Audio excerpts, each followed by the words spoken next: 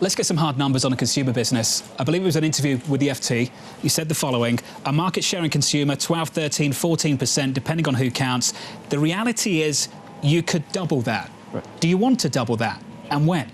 We want to drive it forward. The context of that was, are you too big and do you have to go outside the United States to do something? And the answer is no, we don't. There's such opportunity in the United States because even though our market share is high, in the top 30 markets in the U.S., we're the top market share in retail banking in 12 of them.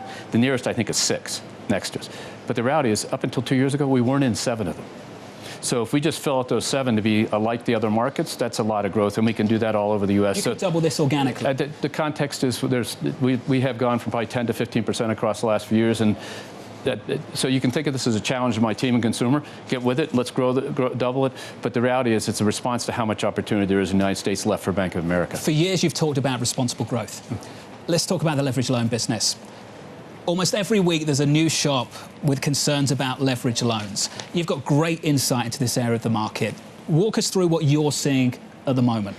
Well, in the end of the day, going back to Tom's point, over-leverage is over-leverage and over-leverage. And when the economy slows down, those companies are most exposed. That's banking 101. The reality is our on-balance sheet exposure in those things is measured carefully. It's very low, very low. The real question for the economy and what through different groups they're talking about is a lot of it's in funds and other types of support. And what will happen when those companies don't fare well? Will those funds work with them the way the banks would work with them in terms of working them out, as opposed to just closing them up? The other question is, in a net asset value context, i.e. their liability structure moves down with the assets, that feels good at the moment. But when you trade it from that person at 60 cents on the dollar, next person, what's the next person do with it? And those kinds of questions are open. And what will be the impact on economy? Our actual leverage lending is a very small part of our on-balance sheet credit exposure.